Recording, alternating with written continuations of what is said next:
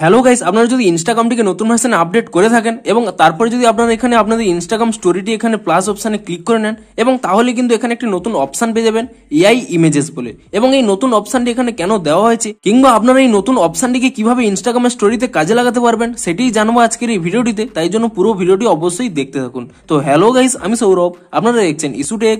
চলো শুরু করা যাক।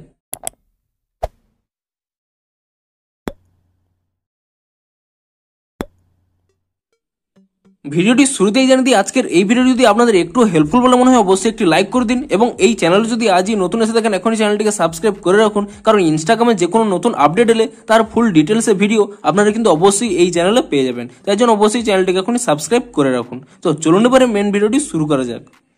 তো আপনারাও যদি ইনস্টাগ্রামটিকে নতুন ভার্সনে আপডেট করে থাকেন তাহলে কিন্তু আপনারা একটি নতুন ফিচার্স পেয়ে যাবেন। তো সেই নতুন ফিচার্সটি কোথায় পাবেন?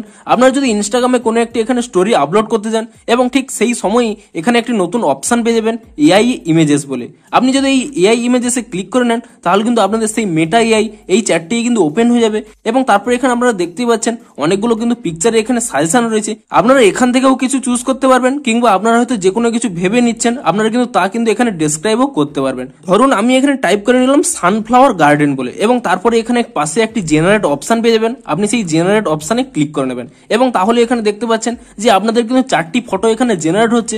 আপনাদের পছন্দ অনুযায়ী আপনারা কিন্তু যে কোনো একটি পিকচার চুজ করতে পারেন। তো আপনাদের দেখতেই পাচ্ছেন যে দেখুন এখানে কিন্তু 4টি ফটো এখানে জেনারেট হয়ে গেছে। তো আপনাদের যে ফটোটি পছন্দ হবে আপনি সেই ফটোটি এখানে সিলেক্ট করে নেবেন। ধরুন আমি এখানে এই ফটোটি সিলেক্ট করে নিচ্ছি এবং এই ফটোটি সিলেক্ট করে নিলেই দেখুন এটি কিন্তু স্টোরিতে এখানে অ্যাড হয়ে যাবে এবং সাথে সাথেই কিন্তু এখানে একটি স্টিকার দেখতে পাচ্ছেন ইমাজিন বলে এবং এখানে ট্রাই ইট বলে। আপনারা চাইলে এই নতুন স্টিকারটিকে এখানে কিন্তু ইউজও করতে পারেন, অর্থাৎ এখানে কিন্তু রাখতেও পারেন এবং তারপরে এখানে শেয়ারও করতে পারেন।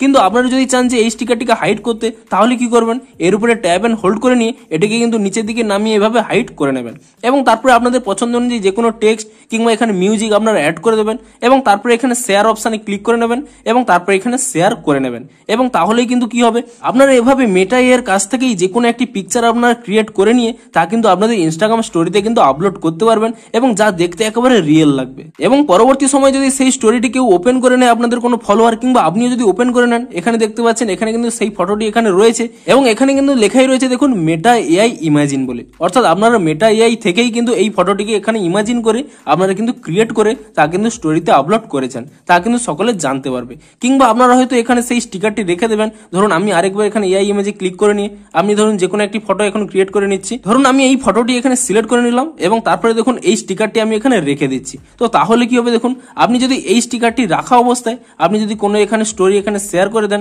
তাহলে কি হবে, অন্য যে কেউ ব্যক্তি আপনাদের স্টোরিটি যখনই এখানে ওপেন করে নেবে ঠিক সেই সময় কিন্তু তারা একটি এরকম একটি পপ আপ দেখতে পেয়ে যাবে বা স্টিকার দেখতে পেয়ে যাবে ইমাজিন বলে এবং নিচে এখানে লেখা রয়েছে ট্রাই ইট বলে। তারা যদি এখানে ট্রাই ইট অপশনে ক্লিক করে নেয় তাহলে কিন্তু ডিরেক্ট এখানে মেটা এআইটি তাদের ওপেন হয়ে যাবে এবং তারাও কিন্তু এভাবে এআই জেনারেটেড পিকচার কিন্তু এখানে জেনারেট করতে পারবে এবং তারাও কিন্তু ইনস্টাগ্রামের স্টোরিতে কিন্তু আপলোড করতে পারবে। তো আপনারা চাইলে এখানে কিন্তু এই স্টিকারটি রাখতেও পারেন কিংবা আপনারা কিন্তু হাইডও করে নিতে পারেন আপনাদের পছন্দ অনুযায়ী এবং এভাবেই কিন্তু আপনারা হয়তো মেটা এআই সেখানে গিয়ে আপনাদের কোনো ফটো জেনারেট করে তারপরে সেটি ডাউনলোড করে এখানে স্টোরিতে আপলোড করতে হবে না। আপনারা শুধুমাত্র এখানে স্টোরিতে গিয়েই যে কোনো কিন্তু মেটা এআই জেনারেটেড ফটো এখানে কিন্তু জেনারেট করতে পারবেন এবং আপনাদের কিন্তু স্টোরিতে আপলোড করতে পারবেন। তো এই জন্যই কিন্তু ইনস্টাগ্রামের এই নতুন ফিচারটি দেওয়া হয়েছে। আপনারা এখানে প্লাস অপশানে ক্লিক করে নিয়ে এই এআই ইমেজেস এই অপশানে ক্লিক করে নিয়ে আপনারা কিন্তু মেটা এআই থেকে যে কোনো ফটো কিন্তু জেনারেট করে নিয়ে আপনারাও কিন্তু আপনাদের ইনস্টাগ্রাম স্টোরিতে কিন্তু আপলোড করতে পারবেন। তো ভিডিওটির নিচে কমেন্ট করে জানান যে আপনারাও এই নতুন ফিচারটি পেয়েছেন নাকি, কিংবা যদি পেয়ে থাকেন তাহলে এই ফিচারটি আপনাদের কতটি হেল্পফুল হবে এবং ভিডিওটি যদি একটু হেল্পফুল বলে মনে হয় অবশ্যই একটি লাইক করে দিন। দেখা হচ্ছে ইনস্টাগ্রামের আরো কোনো নতুন আপডেটের ফুল ডিটেলসে ভিডিওর সাথে। Thanks for watching.